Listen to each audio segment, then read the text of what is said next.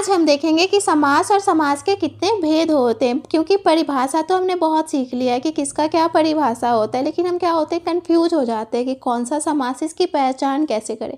तो चलो आज ट्रिक से सीखते हैं कि समास की पहचान कैसे करेंगे। देखो, पहला होता है अव्ययी भाव समास, या क्या होता है अव्ययी भाव समास। तो ये क्या होता है अव्ययी, अव्यय से शुरू होता है, नाम से ही लग रहा है ना, अव्यय से शुरू होता है। पहचान कैसे करोगे, यथा, अनु, प्रति, भर, आ, हर, ऐसे शब्द ना आपको किसी भी शब्द के आगे दिखेंगे तो समझ जाना वहाँ पे अव्ययी भाव समास होगा।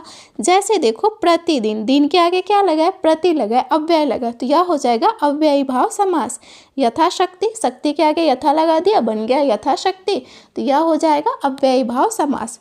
दूसरा होता है तत्पुरुष समास। पहला शब्द दूसरे शब्द से जुड़ा होता है, मतलब दोनों शब्द एक दूसरे से जुड़े होते हैं। पहचान कैसे करोगे, किसका, किससे, किसको या का, की के रख के ना प्रश्न करोगे तो आपको उसका आंसर मिलेगा। जैसे देखो, राजपुत्र, किसका पुत्र, राजा का पुत्र। अकाल पीड़ित, किससे पीड़ित, अकाल से पीड़ित, तो यह हो जाएगा तत्पुरुष समास। तीसरा होता है कर्मधारय समास। एक शब्द क्या होता है दूसरे शब्द की विशेषता बताता है, मतलब पहला शब्द विशेषण होता है और दूसरा शब्द क्या होता है संज्ञा होता है। पहचान कैसे करोगे, दोनों का समास विग्रह करोगे ना दोनों पद का, तो बीच में आपको जो है आएगा। जैसे देखो, महापुरुष, महान है जो पुरुष, तो महान क्या हो गया, महान विशेषण और पुरुष संज्ञा। नीलकमल, नीला है जो कमल, कमल की विशेषता क्या है कि वो नीला है। चौथा होता है द्वंद्व समास। इसमें क्या होते हैं, दोनों पद प्रधान होते हैं। पहचान कैसे करोगे, दोनों पद का समास विग्रह करोगे ना तो और, यथा, एवं, या ऐसे शब्द आते हैं।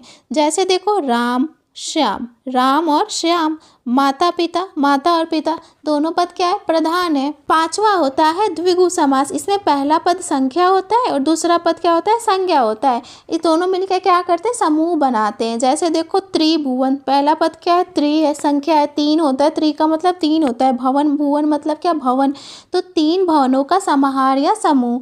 त्रिकोण, त्रि मतलब तीन, कोण मतलब क्या कोण होता है, तो त्रिकोण का मतलब होता है तीन कोणों का समूह। और छठा होता है बहुव्रीहि समास। दोनों पद मिलकर क्या करते हैं किसी तीसरे पद की ओर संकेत करते हैं। जैसे देखो, दशानन, दशानन किसको बोलते हैं, जिसके 10 सिर होते हैं उसको दशानन बोलते हैं। तो दशानन कौन है, रावण को हम दशानन बोलते हैं क्योंकि रावण के पास 10 सिर थे।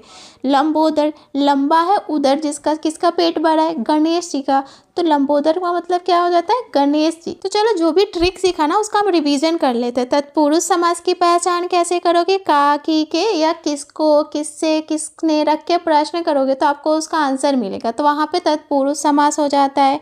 जो है तो कर्मधारय, दो पदों के बीच में और आया द्वंद्व।